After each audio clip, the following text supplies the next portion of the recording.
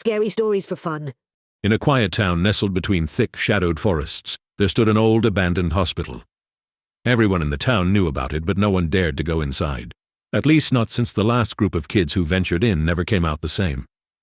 It was said that back in the 1950s, this hospital housed those who were difficult cases. People who were sent there simply disappeared.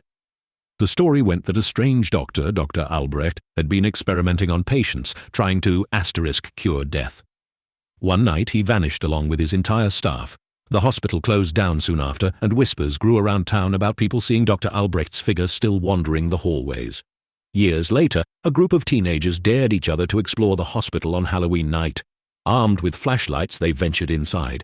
The place was decaying, with wallpaper peeling off the walls and a smell of rot filling the air. In the darkness, the group split up, each one daring the other to explore different wings of the hospital. After wandering for what felt like hours, one of them, Jack, spotted a figure in an old lab coat standing at the end of a hallway. The figure didn't move, didn't speak. It simply stared, a pale face half hidden in the shadow. Jack backed up slowly, heart pounding, and whispered for the others, but there was no response. Just then he felt something cold, something that seemed to seep into his skin. He turned, only to see the ghostly figure of Dr. Albrecht reaching toward him, face distorted, eyes hollow. Screaming, Jack stumbled back, but his flashlight flickered and went out. As he scrambled to get away, he noticed that the hallways had shifted. They were longer, darker, stretching on endlessly. The hospital asterisk was alive. When the group was finally found, only Jack could speak.